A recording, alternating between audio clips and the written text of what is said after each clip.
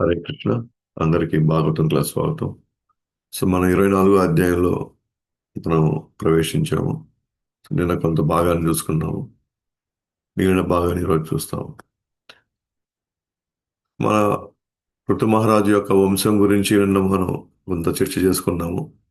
So విజితాశ్వ పెద్దవాడు, అన్ని పేరు ప్రఖ్యాతులు సంపాదించుకున్నాడు. నలుగురు తమ్ములకి 4 దిక్కులు చూసుకోమని చెప్పి వాళ్ళకి అప్పచెప్పడం. సో ఇంద్రుడు తనకి ఎప్పుడైనా సరే మాయమయ్యేటువంటి ఒక వరాన్ని ఇచ్చాడు, ఎందుకంటే తనని చంపకుండా వదిలేసినందుకు. సో విజితాసుకి సంతానం కలిగింది. అయితే కొంతకాలం తనకి ఆ, ప్రజల యొక్క పరిస్థితి చూసి వాళ్ళకి పన్నులు వేయడం, వాళ్ళని దండించడం ఎందుకో తనకి చాలా బాధతో కష్టంతో కూడుకున్నట్టుగా తనకు అనిపించింది. అందుకే ఒక యజ్ఞం నిర్వహించి వానప్రస్థాన్ని స్వీకరించాడు. సో ఆ యజ్ఞం కూడా హంసావతార రూపంలో పరమాత్మను పూజించాడు. యజ్ఞం నిర్వహించడం అంతిమంగా భగవద్ధామానికి చేరుకున్నాడు. సో వాళ్ళ వాళ్ళ పిల్లైనటువంటి హవిర్దాని 6 మంది సంతానంలో సో బర్హిషత్, గయ, శుక్ల, కృష్ణ, సత్య, చితవ్రత. సో బర్హిషత్ ఆయన ముఖ్యమైన వ్యక్తి. సో ఆయన యొక్క పిల్లలే, ఆయన ఒక సంతానమే వచ్చి మన ఈ ప్రచేతలు.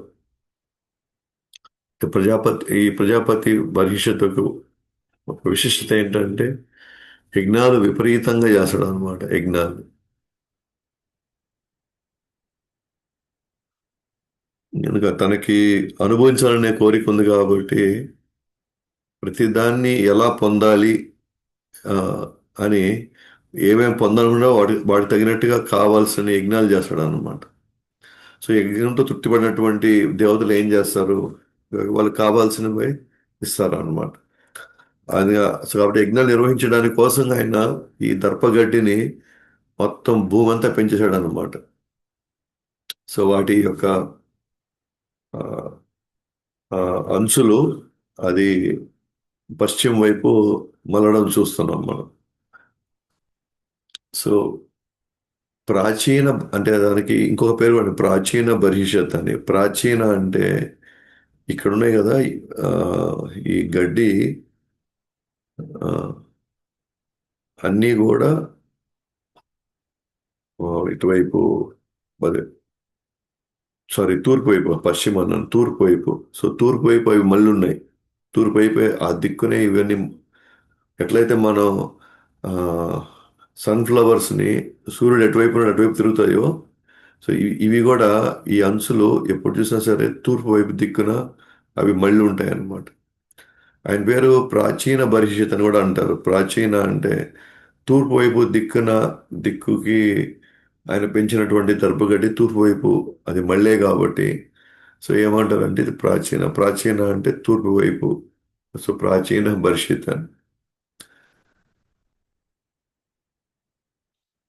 సో అతను శతధృతిని పెళ్లి చేసుకున్నాడు.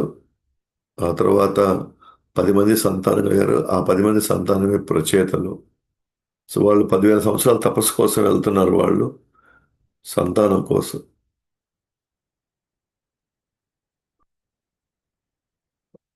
ఆ, ఓకే, సంతానం కనడం కోసం 10,000 సంవత్సరాలు వాళ్ళని తపస్సు చేయమని. అంటే అంత నాణ్యమైనటువంటి గొప్ప సంస్కారాలతో వాళ్ళు పుడతారని. సో పట్టాభిషేకానికి ముందర గురుకులంకి వెళ్ళి వాళ్ళు కష్టపడతారు.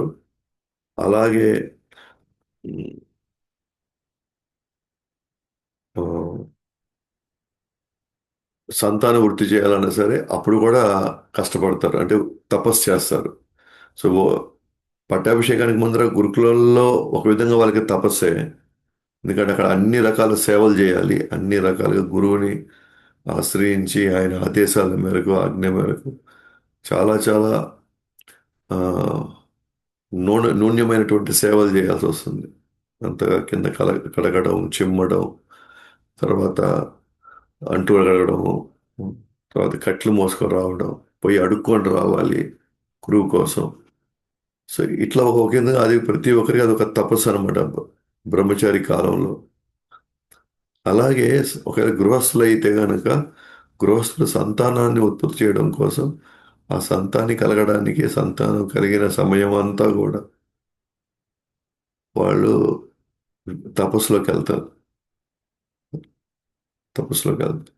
సో మంచి ఆ, సంస్కారమైనటువంటి పిల్లవాడు పుట్టాలి అని అంటే కంపల్సరీగా వాళ్ళు తపస్సు చేయాలి. అయితే వీళ్ళ తర్వాత కోర్స్ వీళ్ళ తర్వాత సంతానం కనరు. వీళ్ళు ఇప్పుడు శివుడు చెప్పిన దానికి వెళ్ళి వాళ్ళు ముఖ్యంగా వీళ్ళందరూ కూడా బ్రహ్మచారులు అయిపోతారు తర్వాత. కానీ వాళ్ళని పంపించింది సంతానం కనడానికి ముందర మీరు తపస్సు చేయాలి అని. సో ఆ తపస్సు కోసం వాళ్ళు ప్రవేశించారు. ఒక సముద్రంలోకి వెళ్ళి ప్రవేశించారు. వాళ్ళు భగవంతుడిని పూజించారు. అయితే ఆ దారి మధ్యలో శివుని కలిశారు. ఆయన కొన్ని ఆదేశాలు ఇచ్చారు. పూర్తిగా నిగ్రహించి ప్రచేతలు ఆదేశాలని ధ్యానము, కీర్తనం మరియు పూజించారు. సో శివుడిని కలిసిన ప్రచేతలు అసలు ఎలా కలిశారు, శివుడు అసలు ఎలా వాళ్ళకి అంత దర్శనం ఇచ్చాడు, అసలు ఏం మాట్లాడారు అని విదురుడు అడగడం ప్రారంభించాడు. అయితే శివుడు ఆత్మారాముడు తనకు కావాల్సింది ఏం లేదు.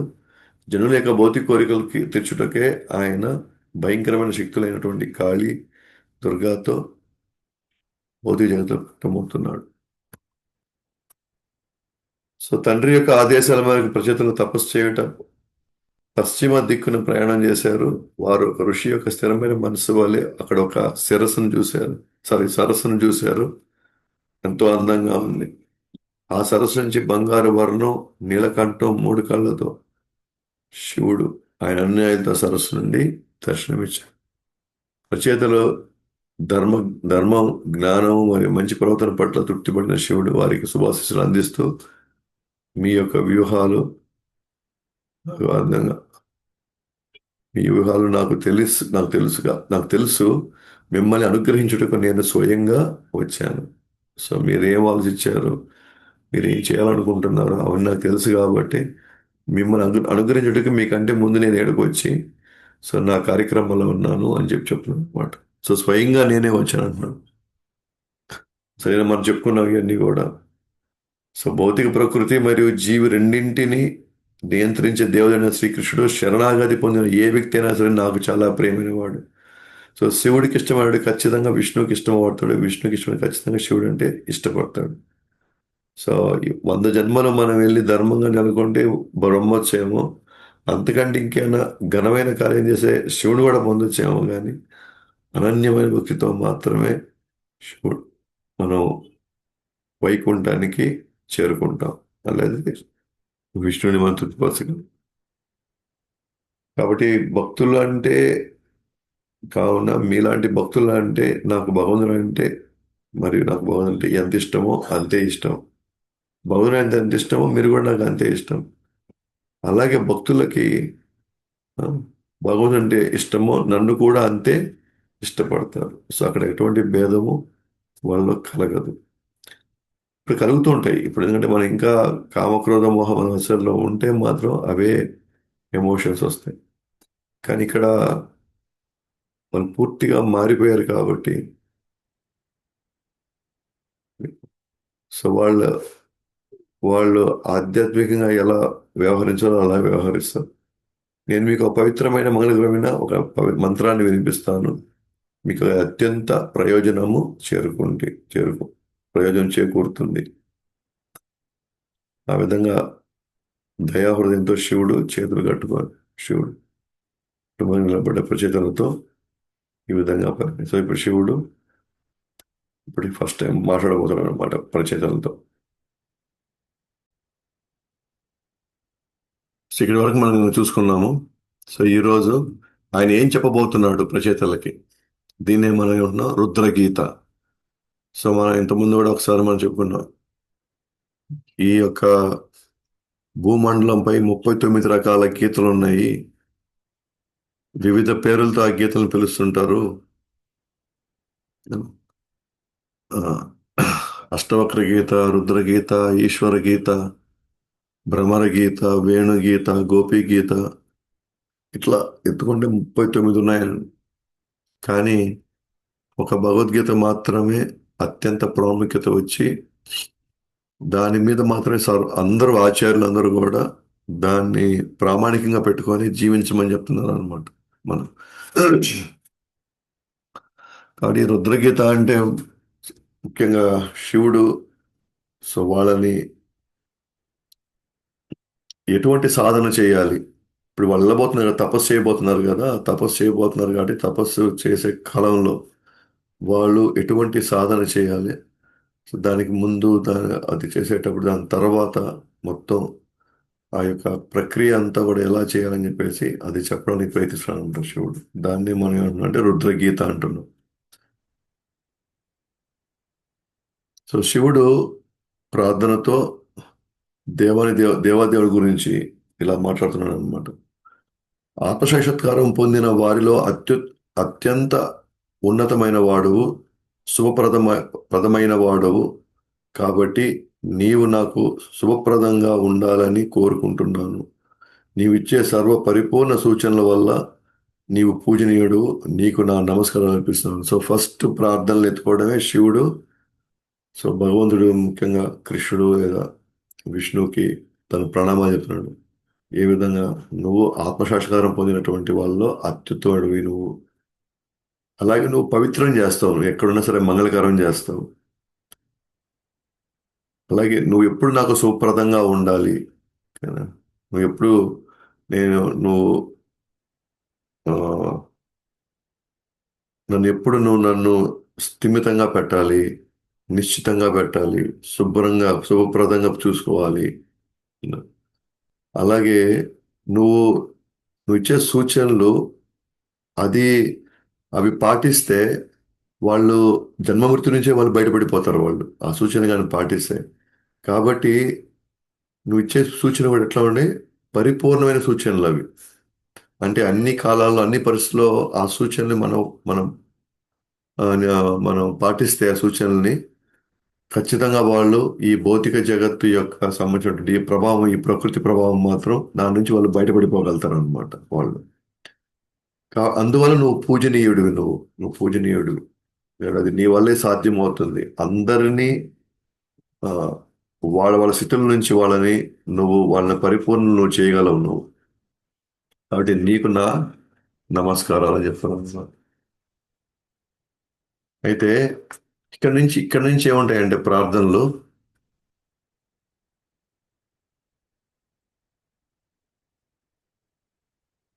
మన అంతఃకరణ ఉంది కదా, అంతఃకరణ.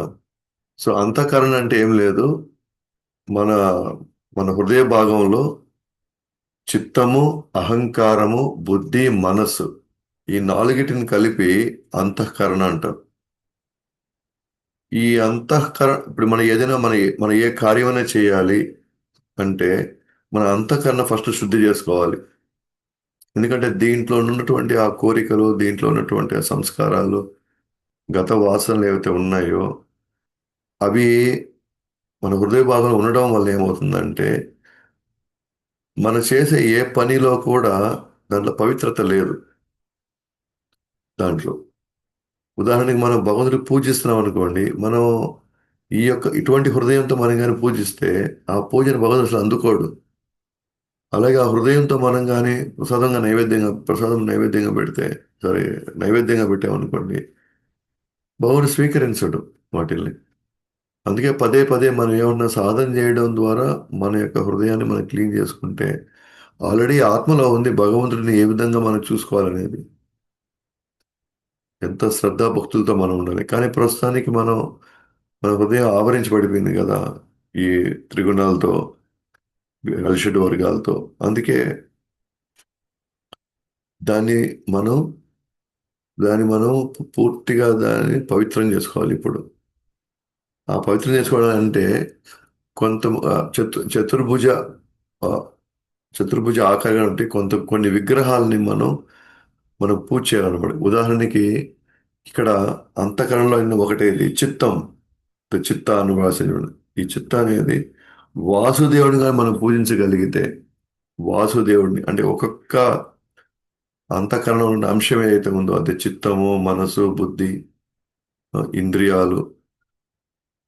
ఈ చిత్తం ఉంది కదా, ఈ చిత్తానికి ఉన్నటువంటి విగ్రహం, ఈ చిత్తాన్ని నడిపేటువంటి ఒక విగ్రహం అంటే లోపల ఉన్నట్టు అంతఃకరణలో ఉన్న వివిధ అంశాలు ఉన్నాయి కదా, చిత్తము, తర్వాత మనసు, బుద్ధి, వీటన్నిటికీ అవి సరిగ్గా పెట్టడానికి ఒక్కొక్క విగ్రహం ఉందన్నమాట. ప్రిసీడింగ్ డిటి అంటారు.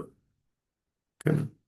ఆ విగ్రహాలని మనం తలుచుకోవాలి. ఉదాహరణ ఇక్కడ వాసుదేవుని కానీ తలుచుకున్నాం అనుకోండి, చిత్తం ఉంది కదా, చిత్తం మీద దాని ప్రభావం ఉంటుంది. వాసుదేవుని కానీ పూజిస్తే, మంత్రంతో కానీ పూజిస్తే, వాసుదేవుని మంత్రంతో పూజించనుకోండి, చిత్తం పైన చిత్తంలో ఏమున్నాయి? మనసు, బుద్ధి ఉన్నాయి. సో వీటి ప్రభావం, వీటి ఆధీనంలో ఏమున్నాయి? ఇంద్రియాలు ఉన్నాయి. ఇంద్రియాలు, ఇంద్రియార్థాలు మనసు యొక్క ఆధీనంలో ఉన్నాయి. ఎందుకంటే అవి ఎంతో ఎంతో కాలం నుంచి అవి మన హృదయంలో ఉన్నాయి అన్నమాట. కాకపోతే ఇంకా ఇంకా మనం కోరుకుంటూనే ఉన్నాం. ఇంకా కావాలి, ఇంకా కావాలి, ఇంకా కావాలి. ఎంత కావాలి? దానికి ఒక లిమిట్ ఉండాలి కదా. ఓ, ఒక ఒక లెవెల్లో దాన్ని మనం ఆపేసుకోగలగాలి కదా. కానీ బద్ధజీవుడి వల్ల కాదు అది. అందుకే ఏమన్నాడంటే, నువ్వు భగవంతుడిని దర్శించేటప్పుడు అనవసరంగా ఈ ఆలోచనలు ఎక్కడెక్కడి నుంచో అవి ఇవి వస్తాయి కాబట్టి నీ చిత్తాన్ని నువ్వు కానీ పవిత్రించుకోగలిగితే అప్పుడు మనకి భగవంతుడి పట్ల అసలైన ప్రేమపూర్వకమైనటువంటి సంబంధం ఏర్పడుతుంది. కాబట్టి మన చిత్తాన్ని ముందర దీనికి తగిన విధంగా మనం దీన్ని ట్రీట్ చేయాలి ఇప్పుడు మనం. ఎందుకంటే వాసుదేవుడు అని ఎవరైతే ఈ భగవంతుడి యొక్క అవతారం ఉందో దాని యొక్క ముఖ్యమైనటువంటి ఉద్దేశం ఏంటంటే అది అది ఇంద్రియాలను మరియు ఇంద్రియార్థాలను, ఓకే, రెండింటిని అది కంట్రోల్ చేయగలుగుతుంది. ఇది చిత్తము. ఇక్కడ చిత్తంలోనే ఏముంది? మనసు ఉంది, బుద్ధి ఉంది, అన్నీ ఉన్నాయి. ఇవన్నీ ఏం చేయగలుగుతాయి? ఆ, ఇంద్రియాలను, ఇంద్రియార్థాలను రెండిటిని కంట్రోల్ చేయగలుగుతుంది. ఎవరు? వాసుదేవుడు కంట్రోల్ చేయగలుగుతాడు. మరి ప్రేయర్ ఏ విధంగా ఉండాలి? చిత్తాన్ని కడుక్కోవాలి. ఇప్పుడు మనం చిత్తంలో చాలా చాలా మురికి అనాది కాలం నుంచి ఏర్పడిపోయి ఉంది. మరి ఏమని ఆయన్ని మనం పూజించాలి అని అంటే, ఆ, అయ్యా నా చిత్తాన్ని ఆ, నువ్వు ప్రశాంతంగా ఉంచు. ఆ ప్రశాంతమైనటువంటి ఆ పరిస్థితుల్లో నేను దయచేసి భక్తి యొక్క చైతన్యాన్ని నాలో నింపుము. భక్తి యొక్క చైతన్యం నాలో నింపుము అంటాను. నీ రూపాన్ని నాకు చూపిస్తూ, నీ రూపాన్ని నాకు దర్శనమిస్తూ ఆ భక్తి యొక్క చైతన్యాన్ని నాకు విన్నవించు, లేదా నాకు బహిర్గతం చెయ్యి. నాకు కనబట్టలేదు భక్తి యొక్క విశిష్టత. భక్తి చైతన్యం నా దగ్గర అసలు లేనే లేదు. బట్ మీరు చెప్పితే నేను వింటాను. ప్రస్తుతానికి మాత్రం ముందు నా చిత్తాన్ని మాత్రం ఫస్ట్ దీన్ని పవిత్రం చేయండి అని రుద్రుడు అంటున్నారు ఎవరితో? మన ప్రచేతలతో. సో ఫస్ట్ నువ్వు ఈ విధంగా నువ్వు ప్రే చేసుకో. ఈ విధంగా నువ్వు ఆ, ప్రార్థించాలి ఫస్ట్. ఎందుకంటే ఫస్ట్ చిత్తం బాగుంటేనే మన మిగతావన్నిటిని మనం క్రమక్రమంగా వాటిని మనం ఆ, ఆ, అధిగమిస్తాం ఆటంకాల్ని. అందుకనే మనం ఎందుకు ఫస్ట్ ఉదయాన్నే మంగళహారతికి వెళ్తున్నాం అంటే, మంగళహారతికి ఎందుకు మనం దర్శనానికి వెళ్తున్నాం అంటే, మంగళహారతి మన చిత్తంపై ప్రభావం చూపిస్తుంది. అది భగవుడి యొక్క రూపంతో మనం దర్శించుకుంటూ ఆ టైంలో మనం హరినామం చేస్తూ ఉంటే ఏమిటంటే మొదటది క్లీన్ చేయబోయేది చిత్తమే. అందుకే కాలక్రమంలో ఈ మనిషి ఒకప్పుడు ఎంత ఇదిగా ఇన్ని రకాలుగా మాట్లాడుతున్నాడు, ఇప్పుడు చాలా కామ్ అయిపోయాడు. ఇప్పుడు ఎందుకు కామ్ అయిపోయాడు? లోపల ఇంకా వేగాలు ఏం లేవు. గట్టిగా అరవడానికో, గట్టిగా ఇంకేదైనా మనం మాట్లాడడానికో చెప్పడానికి ఏం లేదు. అంతఃకరణ శుద్ధి అయిపోయింది కాబట్టి మాటలు తగ్గడం కూడా ప్రారంభమైపోతుంది. అలాగే అన్నీ కూడా భౌతిక అంశాలన్నీ తగ్గిపోతాయి. భక్తి అంశాలు మాత్రమే అది చేసేటప్పుడు తనకి కావాల్సినంత ఆ, శక్తి వస్తుందన్నమాట. కానీ భౌతిక విషయాలు చేసేటప్పుడు మాత్రం అంత శక్తి ఉండదు. ఎందుకంటే తనకి ఆసక్తి ఎప్పుడో పోయింది. అందువల్ల మొదట మంగళహారతి అటెండ్ అవ్వడం చాలా చాలా ఇంపార్టెంట్. ఎందుకంటే భగవుడి యొక్క రూపము మన చిత్తంపై ప్రభావం చూపిస్తుంది. ఇక్కడ రూపం వచ్చి అంటే వాసుదేవ చతుర్వ్యూహాలు అంటారు. చతుర్వ్యూహాలు అంటే నాలుగు భుజాలు కలిగినటువంటి, నాలుగు చేతులు కలిగినటువంటి అవతారాలు. వాసుదేవ మెయిన్ పాయింట్ ఏంటంటే మన చిత్తాన్ని క్లీన్ చేయగలుగుతాడు. చిత్తంలో ఉన్నటువంటి మురికిని క్లీన్ చేయగలుగుతాడు. సో అందుకని ఇక్కడ ఒక్కొక్క విగ్రహం మనలో ఉన్నటువంటి సూక్ష్మ శరీరంలో ఉన్న వివిధ అంశాలు ఏవైతే ఉన్నాయో ఈ ప- ఈ ఈ ఈ విగ్రహాలకి ఈ భగవంతుడికి మనం కానీ చేసినట్లయితే అది కూడా పర్ఫెక్ట్గా ఏ భగవంతుడు లోపల ఏ ఆ, ఏ అంగానికి ఈ యొక్క ఈ దేవత లేదా ఈ సారీ ఈ దేవత కాదు ఈ చతుర్వ్యూహం ముఖ్యంగా విష్ణు అవతారం ఎటువంటి వాటికి అంటే దేని మీద ఈ భగవాన్ యొక్క ప్రభావం ఉంటుంది ఎస్పెషల్గా స్ట్రిక్ట్గా అది మనకు కావాలన్నమాట. అందుకే ఇక్కడ మనకి శివుడు అన్నాడు మీరు తపస్సుకి వెళ్తున్నారు కదా, తపస్సు వల్ల మీరు ప్రార్థిస్తారు కదా, ముందు చిత్తం క్లీన్ చేసుకోండి. చిత్తం కానీ మీరు క్లీన్ చేసుకోవాలంటే మీరు ఎవరిని పట్టుకోవాలా? వాసుదేవుని పట్టుకోవాలి. సో వాసుదేవుని పట్టుకుంటే కనుక మన మన ఇంద్రియార్థాలని మొత్తాన్ని ఆయన కంట్రోల్ చేయగలుగుతాం. వన్స్ ఇంద్రియాలను కంట్రోల్ చేసుకున్నాం అనుకోండి, ఇంకా ఆటోమేటిక్గా పెద్దగా మనం వెళ్ళి ఆ, పోరాడి ఎట్లయినా సాధించాల్సిందే లేకపోతే నా జీవితం వేస్ట్ అలాంటివి కాకుండా ఇంకొంచెం బాధ్యతగా ఉండగలుగుతాడు అనమాట. తర్వాత వాసుదేవుడి తర్వాత నెక్స్ట్ వచ్చింది సంకర్షణ, ఇంకొక అవతారం. ఈయన ఏంటంటే సంకర్షణ, ఈయన ఎస్పెషల్గా కలపడానికి ప్రయత్నిస్తాడు. మన నుంచి ఎస్పెషల్గా భగవంతు నుంచి కానీ దూరం వెళ్ళిపోయే పరిస్థితి కానీ వచ్చింది అనుకోండి, ఆ పరిస్థితి వచ్చినప్పుడు ఆయన కానీ సంకర్షణ కానీ వేడుకుంటే సంకర్షణ వెలిగి ఏం చేస్తాడు, అన్నిటిని మళ్ళీ జోడిస్తున్నాడు. సో అయితే ఈ సంకర్షణ అనేది దేనివల్ల అని అంటే అహంకారానికి అహంకారం క్లీన్ చేయడం కోసం మన సంకర్షణని మనం పూజించాలి. ఆ సంకర్షణుడు విశ్వనాశకుడు, అంటే ప్రళయం సమయంలో ఆయన ఉంటాడు అన్నమాట. బలరాముడి నుంచి వచ్చేది సంకర్షణుడు.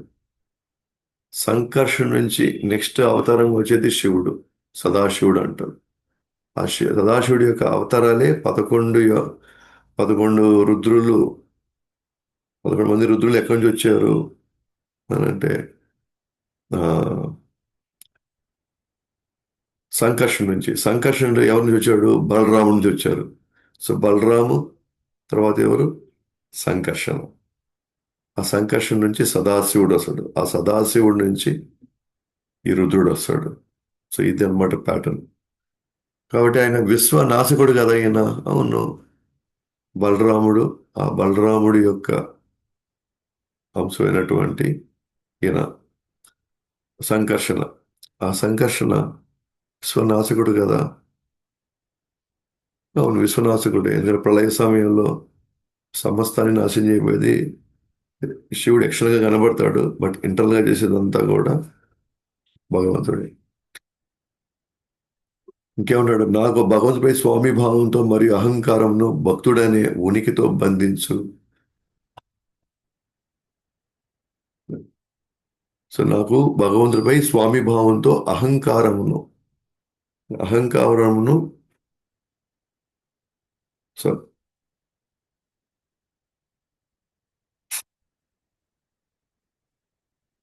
ఆ, నాకు భగవంతుడిపై ఉన్నటువంటి ఒకవేళ స్వామి భావం ఉన్నా అహంకారం ఉన్నా దాన్ని తీసేసేయి. స్వామి భావం అని అంటే స్వామి భావం అంటే అర్థం ఏంటి ఇక్కడ?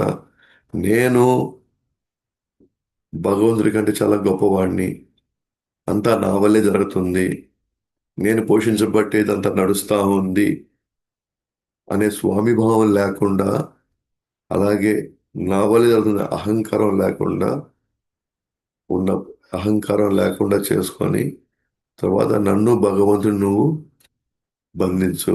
ఎందుకంటే లోపల అహంకారం ఉన్నప్పుడు భగవంతుడు మనం బంధించే ప్రసక్తే లేదు. అది నన్ను బంధించు.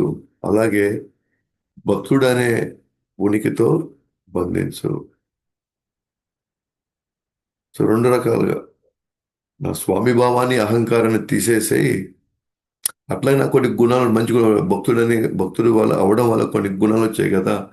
ఆ గుణాలతో నన్ను బంధించేసేయి అని చెప్పి చెప్తున్నాడు అనమాట. నన్ను భక్తుడనేటువంటి ఉనికి ఎప్పుడు కూడా అహంకారం ఉంటే నాకు నేను భక్తుడనే విషయం నాకు గుర్తుండదు. కాబట్టి అహంకారం తీసేస్తే నన్ను భక్తుడనే భావంతో ఆ ఉనికితో నన్ను బంధించు అని చెప్పి వేడుకుంటున్నారు. ఎవరిని? వీళ్ళు శివుణ్ణి వేడుకుంటున్నారు. అలాగే శివుడు భగవంతుని వేడుకుంటున్నాడు. కృష్ణుడు. అలాగే ప్రద్యుమ్న నెక్స్ట్. ప్రద్యుమ్న అనేటువంటి విగ్రహము బుద్ధి.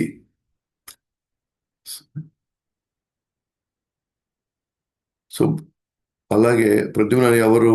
విశ్వజ్ఞానంను ఇచ్చేవాడు. విశ్వజ్ఞానం ఇచ్చేవాడు. భక్తిలో ఉండేలా నాకు బుద్ధిని మేల్కొనము. మనం వేడుకుంటున్నాం అయినా నేను భక్తిలో ఉండేటప్పుడు ఎప్పుడు కూడా నా బుద్ధిని మేల్కొని ఉండేటట్టు చూడు. లేకపోతే నేను స్పృహ లేకుండా నేను నిద్రపోతున్నాను. ప్రతిరోజు నాకు ఇట్లా అవ్వాలని ఉంది, చేయాలని ఉంది. కానీ దీన్ని మాత్రం నేను ఎందుకో వదిలించుకోలేకపోయాను.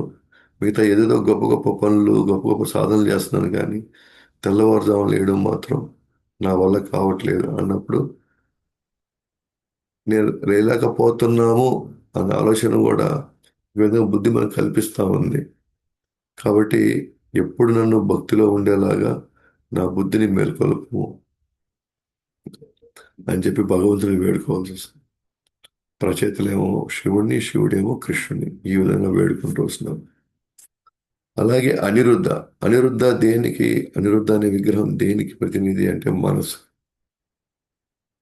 మనసు మరియు ఇంద్రియాలను నిర్దేశించేవాడు, సాధిస్తూ చూపించేవాడు. మనసు ఎట్టుపోతుంది దాన్ని జాగ్రత్తగా కంట్రోల్ తెచ్చుకోవడం. అలాగే ఇంద్రియాలు ఏది పడితే అది వాడేస్తా ఉంది ఇంద్రియాలు. కాబట్టి దాన్ని కూడా మనం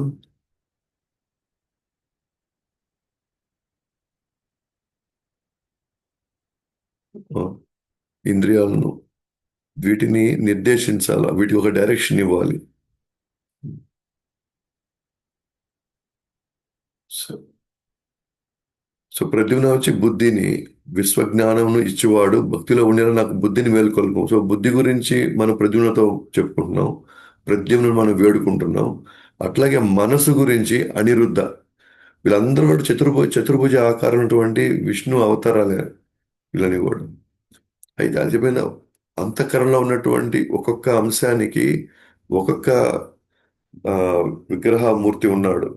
ఒక్కొక్క మూర్తి అంటే ఎగ్జాక్ట్గా వాళ్ళని మనం పూజిస్తేనే మన బుద్ధి లేదా మన అహంకారం, మన మనసు కొంతవరకు అది స్టెబిలైజ్ అవుతుంది.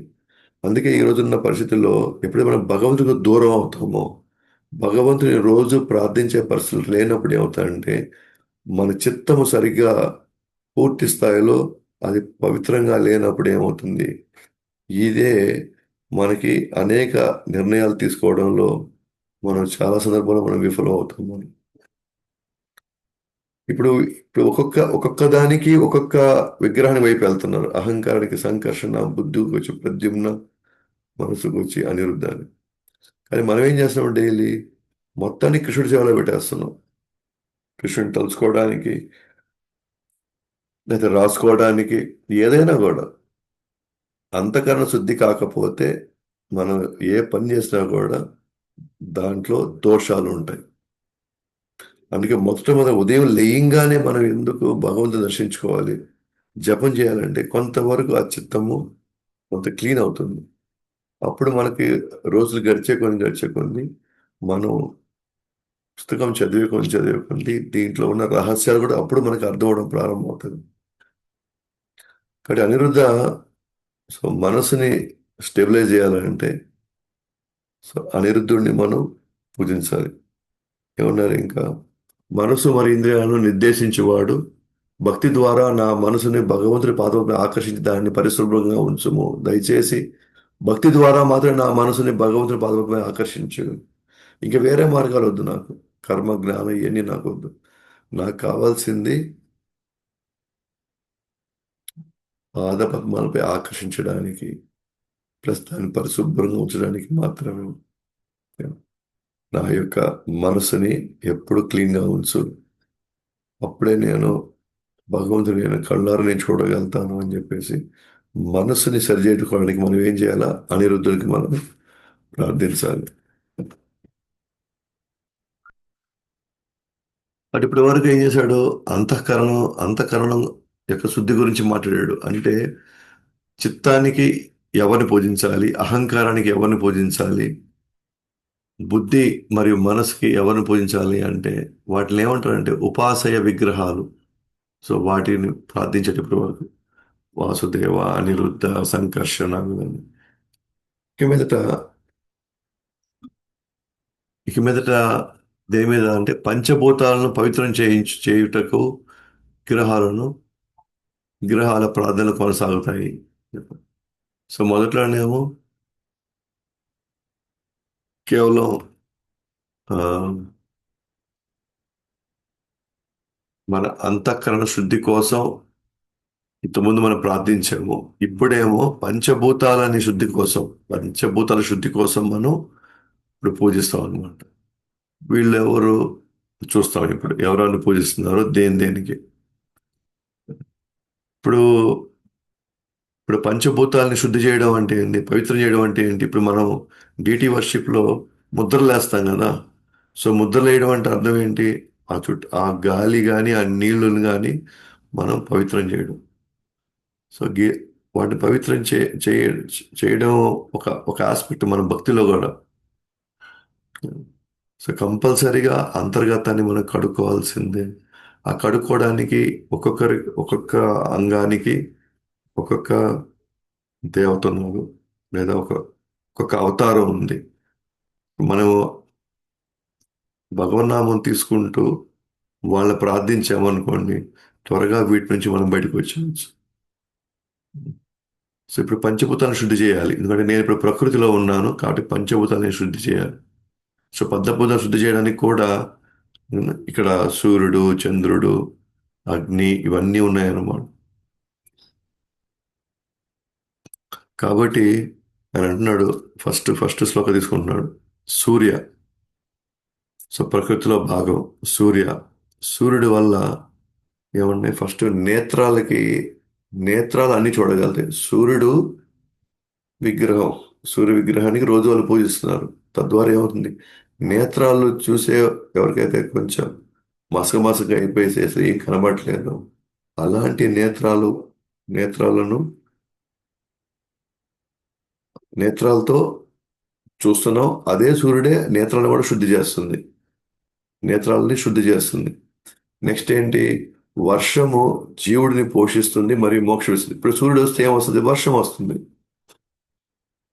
ఎందుకంటే సూర్యుడు వచ్చాడు అనుకోండి, సముద్రంలో నీళ్ళన్నీ ఆవిరవడం ఆవిరైన తర్వాత కొన్ని రోజులకి, కొన్ని నెలల సీజన్ తర్వాత ఆ సీజన్లో మనకి వర్షం వస్తుంది. ఎవరి వల్ల? సూర్యుడి వల్ల.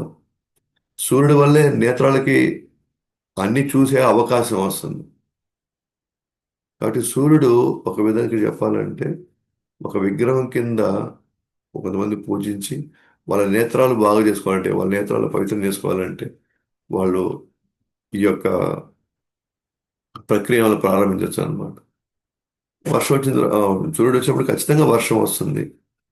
ఆ వర్షం జీవుడిని పోషిస్తుంది మరియు మోక్షం కూడా అందిస్తుంది. ఇక్కడ వర్షం కంటే కూడా వర్షానికి మూలం ఎవరు? సూర్యుడు. సూర్యుడు జీవుడిని జీవుడిని పోషిస్తుంది మరియు కూడా మోక్షం ఇస్తుంది. అంటే మీకు సూర్యుడే కదా అందరిని పోషిస్తున్నాడు. ఆయన యొక్క కిరణాలు పడబట్టే అందరూ ఆహారం తీసుకోగలుగుతారు. సూర్యుడు లేకపోతే ఇక్కడ పంటే లేదు. ఇక్కడ జీవుని పోషించేది ఎవరు? సూర్యుడు. ఇంకోటి అంటే మోక్షము. మనం కానీ ఒకసారి 8వ అధ్యాయం కానీ వెళ్ళాలనుకోండి భగవద్గీతలో, కొంతమంది పగలపూట వాళ్ళ శరీరాన్ని వదులుతారు, కొంతమంది రాత్రిపూట వాళ్ళ శరీరాన్ని వదులుతారు అని చెప్పారు కదా. సో పగలపూట చేసే వాళ్ళు ఎవరి ప్రభావం ఉన్నారు? సూర్యుడి ప్రభావంలో ఉన్నారు. కాబట్టి అక్కడ సూర్యుడి యొక్క అనుగ్రహం కూడా కావాల్సి వస్తుంది. అప్పుడే స్వర్గానికి వెళ్ళే ద్వారం సూర్యుడే. స్వర్గానికి కూడా పోయే దారి కూడా ఆయనే, ద్వారం కూడా. సూర్యుడి మీదుగానే వాళ్ళు వెళ్తారు అల్టిమేట్ గా ఉన్నత లోకాలకి. సో నా నేత్రాలను భగవంతు చూచుటకు పవిత్రమవుగాక. దయచేసి నా నేత్రాలని నువ్వు పవిత్రం చేయనైనా నేను నిన్ను చూడడానికి అని చెప్పి సూర్యుడిని వేడుకుంటున్నారు వాళ్ళు. అలాగే అగ్నిదేవుడిని వేడుకుంటున్నారు. ఎందుకంటే నా వాక్కు ఉంది సార్, ఆ వాక్కుకు సంబంధించినటువంటి ఆ, దేవతలు వీళ్ళు. వాక్కుకు సంబంధించి ఏమన్నారు? నలుగురు హోత్రాయ కార్యములకు విజయవంతం మరి యజ్ఞంలో అగ్నిని వివరణ. ఆ వాక్కుతో ఏం జరుగుతుంది? ఆ వాక్కు అగ్ని ఎక్కడ ఉంటుందో అక్కడ వాక్కు కూడా వాళ్ళకి బాగుంటుంది. అంటే ఎవరికైతే ఆ, కప్ప వాత పిత్త, ఎవరికైతే పిత్త శరీరం ఉంటుందో వాళ్ళకి ఎప్పుడు కూడా శరీరం కొంచెం వేడిగా ఉంటుంది. ఆ వేడిగా ఉండడం వల్ల ఏంటంటే వాళ్ళకి ఎప్పుడు గొంతు పూరుకోబాదు. ఉదాహరణకి సో నా బాడీ వచ్చి కఫ అన్నమాట. ఏమాత్రం కొద్దిగా చల్లటివి లేదా మామూలుగా నార్మల్ ఇదిలో ఉన్న అవి తాగేవానికి బాడీ ఎక్కువ చల్లదనం తీసుకోలేదు. ఎందుకంటే కఫ బాడీ అంటే ఆల్రెడీ చల్లదనం ఉన్నది. ఇది తీసుకోవడం అంటే గొంతు పూరుకొని పోతుంది ఇక్కడ. కానీ ఎవరైతే అగ్నిని అగ్నిని పూజిస్తారో, అగ్నిదేవతను పూజిస్తారో, సో వాళ్ళకి ఇటువంటి సమస్యలు రాకపోగా వాళ్ళు భగవంతుడి యొక్క లీలల్ని కీర్తించుటకు నిమగ్నం చేయమని చెప్పి అగ్నిదేవుని మనం ప్రార్థించవచ్చు అన్నమాట. అగ్నిదేవుని ప్రార్థించాడు. సో ఎందుకు భగవంతుడి యొక్క లీలల్ని నిరంతరం కీర్తించడానికి మనందరూ కూడా నిమగ్నం అవ్వాలి. వాక్ ఎందుకు? భగవంతుడి లీలలు చెప్పడానికి అవన్నీ, భగవంతుడి గురించి వివరించడానికి. కాబట్టి వాక్కుని తీసుకుంటున్నాం, కానీ అది అగ్ని యొక్క ప్రభావం మీద, అగ్ని యొక్క ప్రభావంలో వాక్ ఉంటుంది. సూర్యుడి యొక్క ప్రభావంలో నేత్రాలు ఉంటాయి. అట్లాగే సోమ యొక్క, సోమ అంటే ఎవరు? చంద్రుడు. ఎందుకే అంటే ఇప్పుడు సోమ గురించి ఎందుకు వచ్చాడంటే మనస్సుని ఆహ్లాదపరిచేది చంద్రుడు. మనం చూస్తాం కదా అప్పుడప్పుడు సాయంత్రం పూట చంద్రుడు మనకు కనిపించగానే, పౌర్ణమి చంద్రుడు ఎందుకో తెలియని ఒక ఆహ్లాదకరం వస్తుంది మనసు. అలాగే అదే సోమ ఏం చేస్తాడు? తన కిరణాలతో ఆ, కాయగూరలకి అలాగే పండ్లకి రుచినిస్తాడు అన్నమాట. అందుకే మనసు మరియు రుచి. ఇంకా ఏం చెప్పాడు? పితృలోకాల్లో మరియు దేవతల యొక్క లోకాలను అందిస్తాడు. పితృలోకాలు, దేవతల లోకాలు ఇవన్నీ కూడా ఈ ఈ లోకాలన్నీ అన్నిటికీ ఆ, యజమానిగా ఉండేది సోముడు, చంద్రుడు. కాబట్టి ఆయన ఏమని ప్రార్థిస్తారంటే, అయ్యా మాకు పితృదేవతలు కావచ్చు, మామూలు దేవతలు కావచ్చు, ఋషులు కావచ్చు, దయచేసి వారి రుణాలు తీర్చి పూర్తిగా నా మనసును భక్తిలో నిమగ్నం చెయ్యి. ఇప్పుడు మనసుకి డీటి ఎవరు? దేవత ఎవరు? మనసుకి సోమ. కాబట్టి మనసు గురించి ఏదైనా ప్రార్థించాలంటే మనం ఎవరిని పూజించాలి? చంద్రుడిని పూజించాలి. పౌర్ణమి రోజు ఆయన మనకి ఏం చెప్తున్నాం అంటే, నాయన ఇదిగో నన్ను అందరి రుణాల నుంచి నన్ను ముక్తుని చేసేయి. పూర్తిగా నా మనసు కేవలం భక్తిలో నిమగ్నం చేయాలి. ఏదైతే కుంతి మహారాణి అడిగిందో ఇంచుమించు అదే ప్రార్థన ఇక్కడ కూడా చేస్తున్నాడు. అలాగే సోమ కాబట్టి టేస్ట్ కదా, రుచి కదా, రుచి కాబట్టి నా జిహ్వను భగవంతుడికి సంబంధించిన విషయాల్లో మాధుర్యాన్ని రుచించుగాక. ప్రసాదం తప్ప నేను దేనిని స్వీకరించను. సో నా జిహ్వని నువ్వు ఎప్పుడు కూడా నన్ను కాపాడాలైనా, నా జిహ్వని ఎప్పుడు కూడా మాధుర్యాన్ని రుచించాలి. నన్ను మాధుర్యాన్ని మనం రుచించాలి అని అంటే లోపల మన అంతఃకరణ చాలా శుద్ధి అవ్వాలి. అప్పుడు కానీ అసలైన టేస్ట్ బయటికి రాదు. నేను ప్రసాదం తప్ప నేను దేనిని నేను స్వీకరించరాదు. ప్రసాదం తప్ప నేను దేన్ని స్వీకరించరాదు. ప్రసాదం తప్ప. ఎందుకంటే నాలుక ఉంది కదా, జిహ్వ. సో జిహ్వ నాలుక ఉంది, దానికి సంబంధించిన రుచి ఉంది. అయితే సోమ అనే అతను ఏం చేశాడు? రుచిస్తున్నాడు. కాబట్టి నాకు ప్రసాదం తప్ప ఇంకేది నేను తీసుకోదలుచుకోలేదు. దయచేసి నా యొక్క నాలుక ఆ మాధుర్యాన్ని, ఆ రుచిని మీరే ఇవ్వాలి స్వామి అని చెప్పేసి మనం అడగాలి, చంద్రుడిని అడగాలి. సో హోల్ పాయింట్ ఏంటంటే ఇక్కడ మనం గమనిస్తే మనం భక్తి చేస్తే ఆ భక్తి వల్ల మన యొక్క అంతర్గతం శుద్ధి అవుతుంది. ఇక్కడ ఏం చేశారు? ఇందాక మనం విశ్వరూపం చూపించినప్పుడు, ఇంతకుముందు విశ్వరూపం చూసినప్పుడు ఏంటంటే ఒక్కొక్క అంగానికి ఒక్కొక్క దేవత ఉన్నారని మనం చెప్పుకున్నాం మనం అక్కడ విశ్వరూపం చెప్పినాం. ఒక్కొక్క అంగానికి ఒక్కొక్క దేవతలు ఉన్నారు. సో ఇంద్రియ దేవతలు ఉన్నారు. అట్లానే ఇక్కడ కూడా అంతఃకరణ శుద్ధికి సాక్షాత్తు భగవానుడి యొక్క చతుర్భుజ అవతారాలు ఉన్నాయన్నమాట. ఆ తర్వాత ఇలాంటి దేవతలు, పంచభూతాలు, సో వీటి యొక్క వాళ్ళని ఉపయోగించుకుంటారు తర్వాత సేవల్లో. మొదట మాత్రం పూర్తి వివరణ వ్యవహారం తెలిసినటువంటి వ్యక్తిని ఫస్ట్ పెడతారు. అందువల్ల ఇక్కడ ప్రతి ప్రతి ఇక్కడ మన ప్రతి దాన్ని మనం పవిత్రం చేసుకోవాలి అంటే ఎక్కడో దగ్గర మనం వాళ్ళకి యజ్ఞాలు చేయాల్సింది. కానీ ఇప్పుడు యజ్ఞాలు చేసే పరిస్థితి లేదే కలియుగంలో. బ్రాహ్మణులు లేరు, వస్తువులు లేవు, ఏమీ లేవు ఇప్పుడు. అందుకనే భగవన్నామ సంకీర్తనతో, కొద్దిపాటి మనకు తెలిసినటువంటి డిటి వర్షిప్తో, ఉదయాన్నే మంగళహారతి మనం పాడడం వల్ల లేదా అది వినడం వల్ల రోజు మన అంతకన్నా కొద్ది కొద్దిగా పవిత్రం అవుతాం. వీళ్ళందరూ ఎవరు అని అంటే ప్రతి మన మన శరీరంలో ఉన్న ఒక్కొక్క అంగానికి ఒక్కొక్క దేవతతో సంబంధం ఉంది. మన ఊరికనే మనం అది అడ్డదిడ్డంగా వాదిచ్చేసి భగవంతుడు ఎందుకుంటాడు, ఈయన ఎందుకు చేయాలి ఆయన ఇవన్నీ అని పిచ్చి పిచ్చి ప్రశ్నలు అన్నీ పెట్టుకున్నాం అనుకోండి, మనం ఎప్పటికీ పవిత్రం కాలేం. అందుకే మనం ఎప్పుడు అంటాం కృష్ణుడికి దగ్గరగా ఉన్నాం అనుకోండి అన్నీ బాగుంటాయి. అలా అన్నీ ఎలా బాగుంటాయి, ఇదిగో చిత్తం అంతా క్లీన్ అయిపోతుంది. ఇంక నాకు ఎవరి మీద ద్వేషం ఉండదు, ఎవరి మీద నాకు అహంకారంతో ఇవాళ చిన్న చూపు చూసే పరిస్థితి రాదు నాకు. ఎందుకంటే చేయవలసిన సాధన దానికోసమే నేను చేస్తున్నాను సాధన. ఎందుకు మనం మనసు పెట్టి చేయమంటున్నాం, ఎందుకు ఫుల్ కాన్సన్ట్రేట్ చేయమంటున్నాం అంటే ఫుల్ కాన్సన్ట్రేట్ చేస్తేనే లోపల ఉన్నవన్నీ పవిత్రం అవడానికి అవుతాయి. లేకపోతే మన పవిత్ర యొక్క పరిస్థితిని బట్టే ఇంకా ఆ, సామాన్యులు ఆ, సాధారణ జీవితంలోకి వెళ్ళిపోతారు. వాళ్ళు భక్తిలో ఎక్కువ కాలం ఉండలేరు వాళ్ళు. దానికి ప్రోత్సాహం కావాల్సి వస్తుంది. ఆ ప్రోత్సాహం ఇవ్వడానికి అప్పుడప్పుడు ఫలశ్రుతి అని చెప్పేసి భాగవతం కొంచెం ఆ, అధ్యాయం చివరిలో మనకి చెప్తున్నారు అన్నమాట. సో బాబు నాకు రుణాలు తీర్చేసి నా జిహ్వను ఎప్పుడు కూడా భగవంతుడు సంబంధించిన విషయాల్లోనే మాధుర్యాన్ని రుచించుగాక. ఆ మాధుర్యం ఆయన గురించి వివరిస్తాను. నాకు రుచి నాకు ఇంకా కావాలనిపిస్తా ఉంది. కాబట్టి నేను ప్రసాదం తప్ప నేను దేన్ని స్వీకరించరాదు అని మనం అటువంటి ప్రార్థన చేయాలి. నాకు ప్రసాదం తప్ప నాకు ఇంకేది రుచించకూడదు ఆయన నాకు పొరడగాల సోమ అని పేరు. అయితే హిరణ్య గర్భ మరియు విరాట్ రూప. సో వీళ్ళు కంట్రోల్ చేసేది భూమిని. విరాట్ రూప అంటే భూమి మొత్తాన్ని కలిపి కదా విరాట్ రూపం. అందుకే భూమి. ఇక్కడ భూమి మీద ఏమన్నా జీవులు నివసిస్తాయి. మరి అన్ని ప్రకృతి అంశాలకు రూపం ఇస్తామంది భూమి. భూమి దేనికి కొలువు? జీవులందరూ కూడా ఇక్కడ ఇక్కడ ఉండొచ్చు అని ఆశ్రయం ఇస్తుంది. రెండోది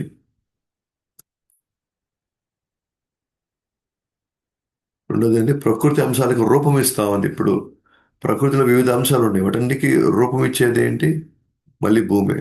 ఉదాహరణకి ఒక చిన్న విత్తనం ఉంటుంది, ఆ విత్తనానికి ఒక పెద్ద రూపాన్ని ఇస్తుంది. ఇప్పుడు భూమి లేదనుకోండి అసలు విత్తనం మొలకదు కదా అసలు. సో మరి ప్రకృతి అంశాలను రూపం ఇస్తా ఉంది అనేది. నా నాసిక రంధ్రాలను భగవంతుడు అర్పించిన సుగంధాలను వాసన చూచుటకు ఉత్తేజపరచండి. సో నాసిక అంటే ముక్కు రంధ్రాల నుంచి భగవంతుడు అర్పించిన సుగంధాలని వాసన చూచుటకు ఉత్తేజపరచండి. అంటే భూమి అంటే వాసన. సో వాసన ఏంటంటే మన మట్టి మీద ఒకసారి మన వర్షం పడినప్పుడు ఆ వాసన చాలా బాగుంటుంది కదా. అందుకని భూమి నుంచి వాసన ఉంది అంటే మామూలుగా చూసే ఈ భూమి మీద వాసన ఏమి లేదనుకుంటుంది, కానీ వర్షం పడితే మనకు ఆ వాసన వస్తుంది. అందుకే భూమికి వాసనకి ముడిపెట్టారనమాట నాసిరకం. సో నా నాసిక రంధ్రాలు భగవంతుడు అర్పించినటువంటి సుగంధాలను వాసన చూచుటకు ఉత్తేజపరచండి. భగవాన్ అర్పించినటువంటి సుగంధాలు నాకు కావాలి అని చెప్పేసి ఆమె సారీ ఆ భక్తుడు కోరుకుంటాడు. ఇక్కడ మూడు రకాలుగా అనుకోవచ్చు. ఇక్కడ శివుడు ప్రార్థిస్తున్నాడా, లేకపోతే ప్రచేతలకు ఈ విధంగా ప్రార్థించమని చెప్తున్నాడా? ఈ విధంగా ప్రార్థిస్తే మీరు ఖచ్చితంగా మీరు అనుకున్నటువంటి లక్ష్యం అది నెరవేరుతుంది.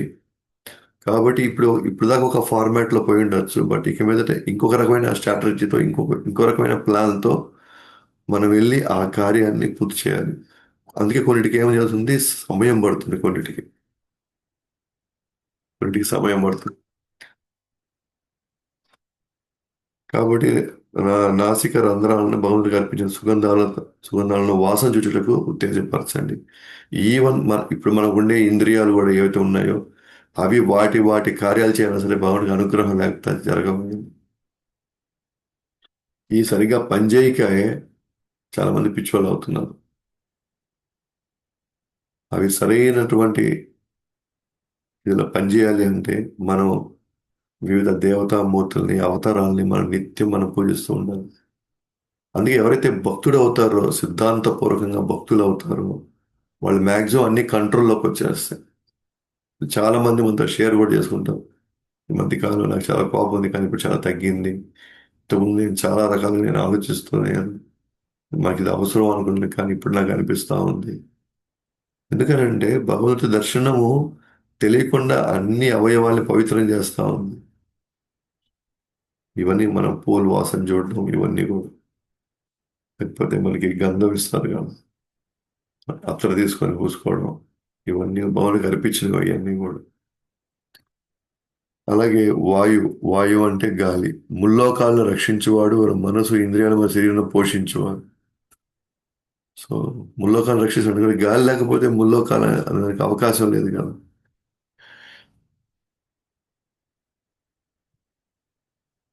అలాగే మనస్సు ఇంద్రియాలు శరీరంలో పోషించువాడు. ఎందుకంటే గాలి సరైన మనం సరైనటువంటి ఇదిలో లేదనుకోండి గాలి, ఆ నిష్పత్తిలో రాలేదనుకోండి గాలి, ఆటోమేటిక్గా లోపల ఎంత ఎంతో గందరగోళం అవుతా ఉంటుంది. అవును కదా. సో కాబట్టి శరీరాన్ని పోషించాలన్నా ఇంద్రియాలు మనసు ఇవన్నీ ప్రాపర్గా నడవాలంటే తగిన గాలి మన మన శరీరంలో ఉండాలి. గాలి ఎక్కువైనా సరే తక్కువైనా సరే శరీరం సరిగ్గా మేనేజ్ చేసుకోలేదు. అయితే ఈ గాలి ఏ రూపంలో ఉందంటే కొన్ని శక్తుల రూపంలో మన ఇంద్రియాల్లోకి వెళ్ళి ఆ ఇంద్రియాల యొక్క పనితీరుని మెరుగు చేస్తుంది. ఏమంటారు, అందుకే ప్రాణాయామ చేస్తారు కదా. ప్రాణాయామ అంటే గాలిలోంచి ఉన్న శక్తి తీసుకొని అది మన శరీరంలోకి మొత్తాన్ని వ్యాపించినట్టు చేయడం అనమాట. దీన్ని ప్రాణాయామం అంటారు.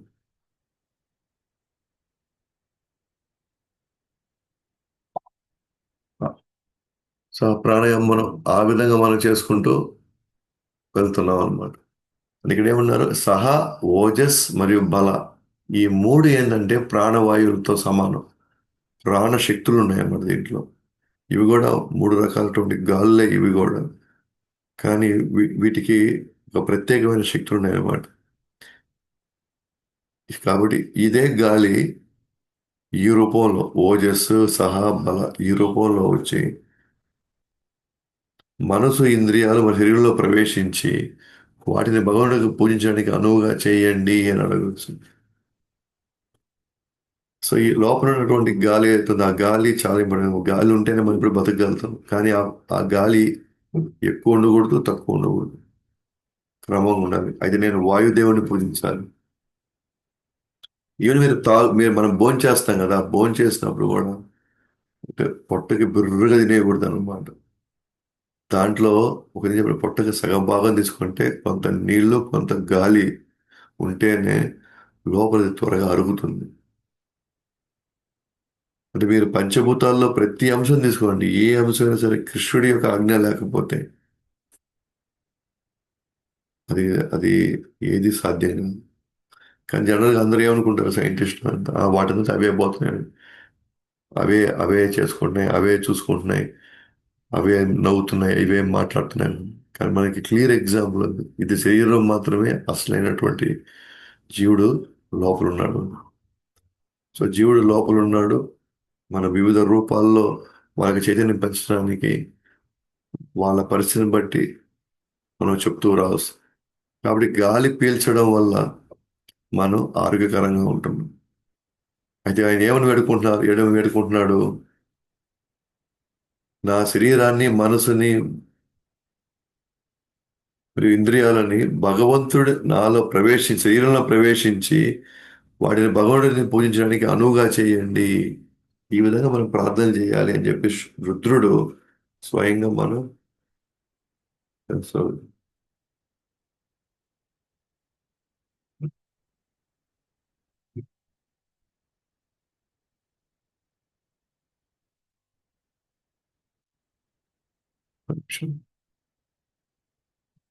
సో మన రుద్రుడు స్వయంగా మన ప్రచేతలకు చెప్తున్నాడు అనమాట. సో ఈ విధంగా మీరు ప్రార్థిస్తేనే మీరు సముద్రం లోపలికి వెళ్ళి 10,000 సంవత్సరాలు మీరు భగవంతుడి యొక్క సాంగత్యాన్ని తీసుకోగలుగుతారు. ఊరికే తపస్సు అంటే పోయేసి నీళ్ళలో పోయేసి ఉండడం కాదు. అది వెళ్ళే లోపల మనం మన అంతఃకరణ మనలో ప్రవేశించేటువంటి పంచభూతాలు వీటన్నిటిని మనం శుద్ధి చేసుకోవాలి. వీటన్నిటిని.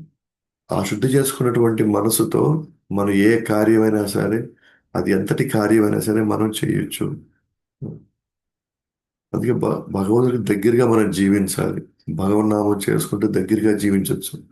అండ్ భగవంతుడు నామరూపంలో మనలో ప్రవేశిస్తూ చేయవలసినవన్నీ ఆయన చేస్తూ ఉన్నారు. పవిత్రం చేయాల్సినటువంటి మనం కొంతమంది కృష్ణ కథ రూపంలో కొంతమంది మనం పవిత్రం చేసుకోవాల్సింది. ఇది లోపల క్లీనింగ్ ప్రాసెస్ లేకుండా మనం ఏ పని తలపెట్టినా సరే మనకి ఆటంకాలు వచ్చేస్తాయి. కానీ పూజించడానికి కావాల్సిన విధంగా మనసు, ఇంద్రియాల, శరీరాన్ని దయచేసి మెయింటైన్ కావాలి. అది మెయింటైన్ కావాలంటే సహా ఓజస్ బల ఇవన్నీ నాలో ప్రవేశించాలి. మరి ప్రవేశించాలంటే మూలమైనటువంటి భగవంతుడిని, ఇక్కడ వాయువుని మనం పూజించాలి. లేదా వీటందరికీ మూలమైన కృష్ణుని మనం పూజించామనుకున్నాం, ఇంక మనం ఎక్కడ దేనికి మనం ఎవరి దగ్గరికి మనం పోవాల్సిన అవసరం లేదు. అందుకే మనకి భగవద్గీతలో కూడా చెప్తారు కదా, ఆ 10 బావులు ఉండడం కంటే ఒక జలాశయం ఉంటే చాలు మనకి. 10 బావులు ఉండడం, ఒక బావి స్నానానికి, ఒక బావి బట్టలు ఉతుక్కోవడానికి, ఒక బావి నీళ్ళు తీసుకొని గేదెలు కడుక్కోవడానికి, ఇలా ఒక్కొక్క బావి 4, 5 బావులు, 10 బావులు వేరువేరుగా ఉండడం కంటే నా దగ్గర ఒక జలాశయం ఉంటే ఆ ఒక జలాశయం అన్ని కార్యక్రమాలు చేసుకోవడానికి ఆ జలాశయం నాకు సరిపోతుంది. అలాగే అంతఃకరణకి ఒకరు, చిత్తానికి ఒకరు,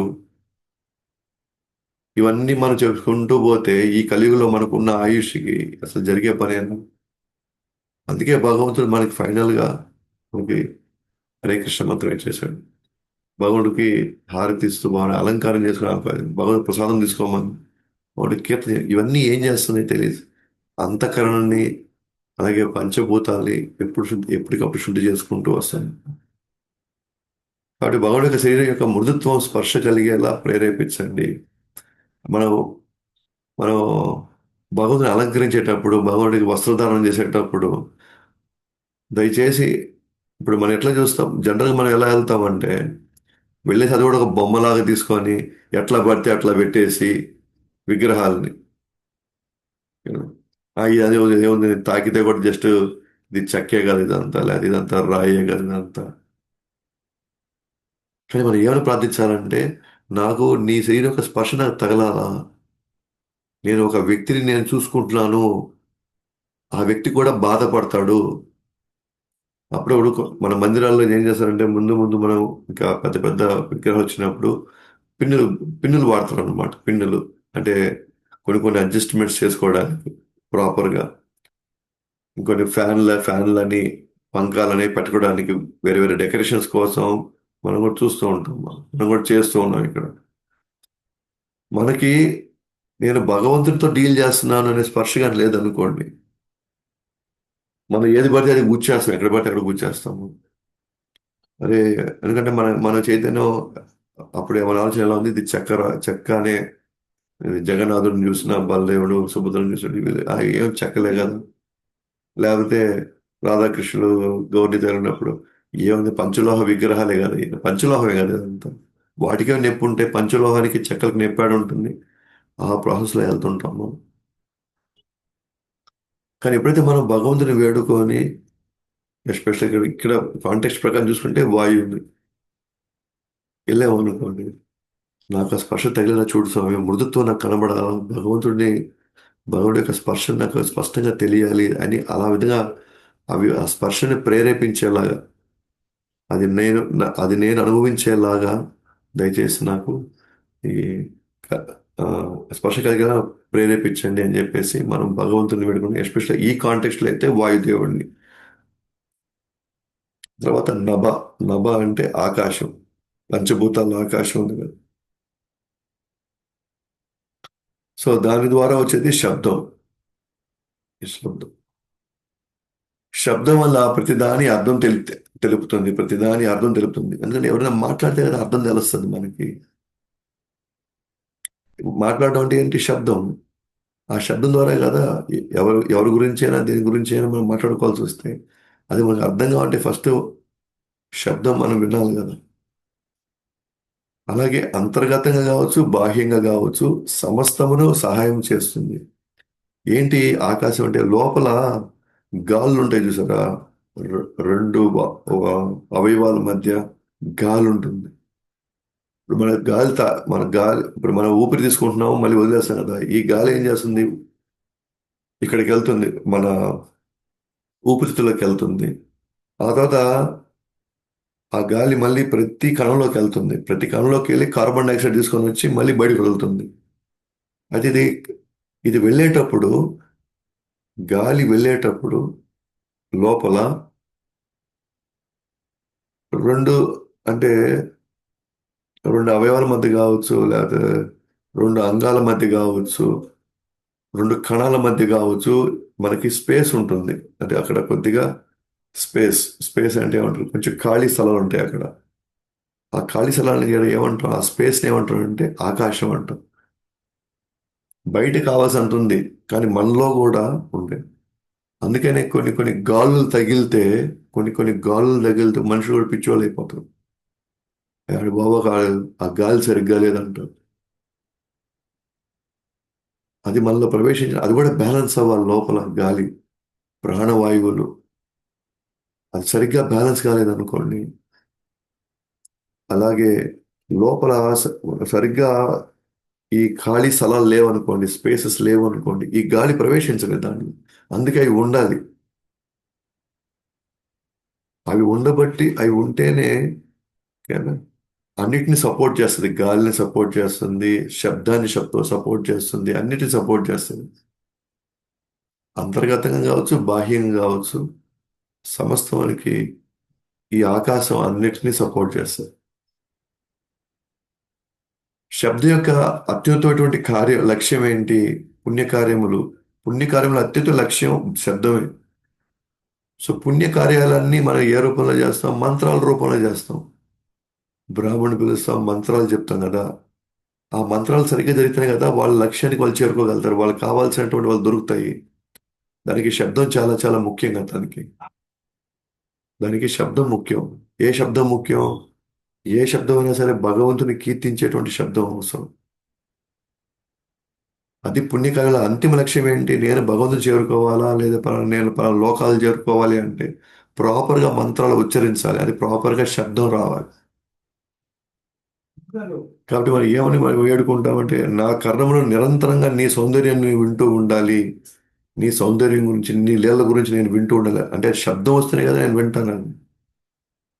అలాగే మంత్రం మరి భక్తి శాస్త్రాల అర్థమును బహిర్గతం కాగాక, అవి నేను వింటూ ఉంటేనే, శబ్దం వింటేనే మంత్రం యొక్క విశిష్టత కావచ్చు, భక్తి శాస్త్రాల యొక్క అర్థమును కావచ్చు, నాకు నాకు బహిర్గతం అవుతుంది, నాకు వెల్లడించబడుతుంది.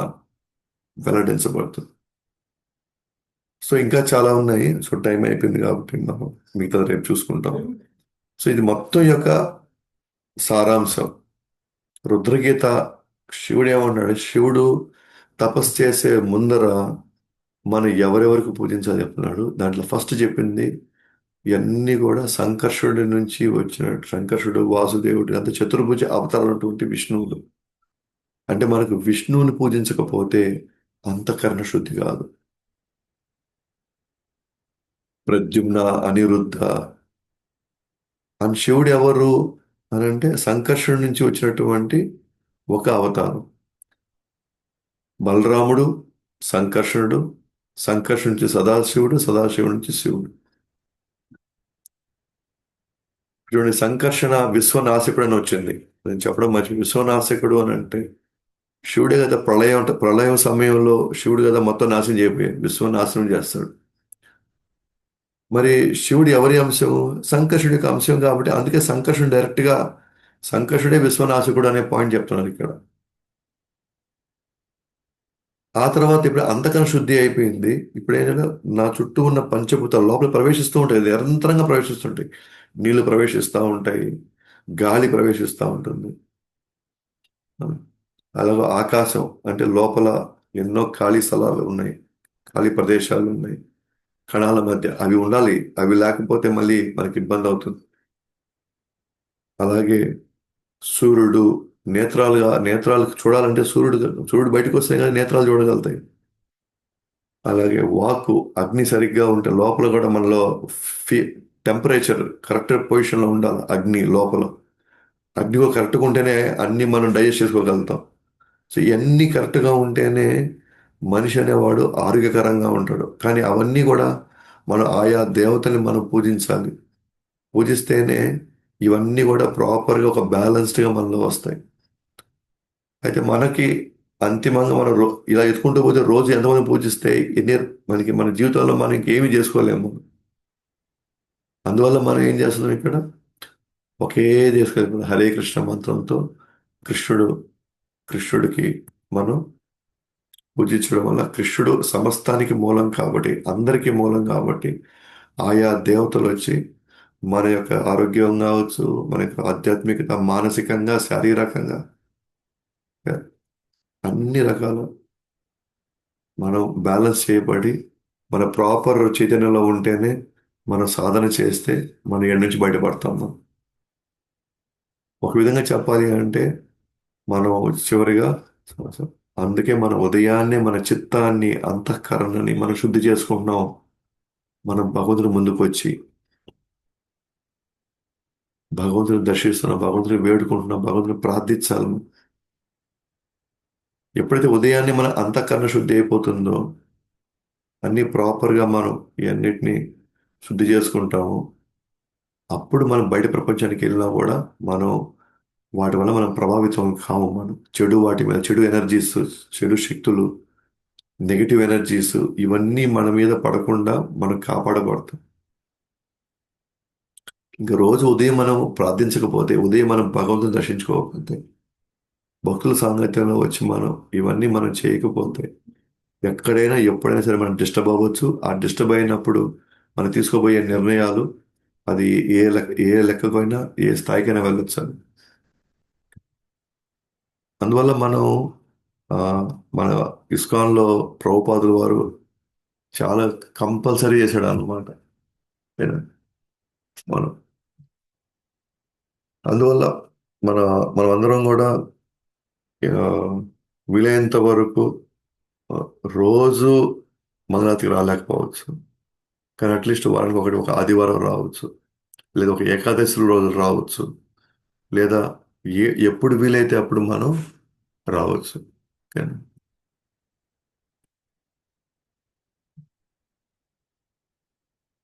సో మనం నిజంగా భక్తులు ఎదగాలి అనుకుంటే, మన భక్తులు ఎదగాలి అనుకుంటే, ఓకేనా, ఉదయం కార్యక్రమం మనం చేయకపోతే మన భక్తులు ఎదగడం అనేది ఆల్మోస్ట్ అసాధ్యం. మనం అసాధ్యం. మనం అందుకే ఆరోగ్యం బాగా చూసుకోవాలి. రోజు మంగళారతికి వచ్చేలాగా మనం రాత్రే ప్లాన్ చేసేసుకోవాలి.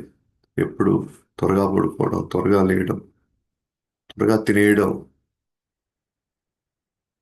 అప్పుడు ఆరోగ్యం బాగుంటుంది కాబట్టి అది చలికాలం కాదు, ఎండాకాలం కాదు, వర్షాకాలం కాదు, ఎప్పుడైనా సరే మనం ఎంత ఆరోగ్యం బాగుంటే అంత బాగా మనం కార్యక్రమం పాల్గొని అంత త్వరగా మనం అన్నిటినీ మనం శుద్ధి చేసుకోవచ్చు అనమాట.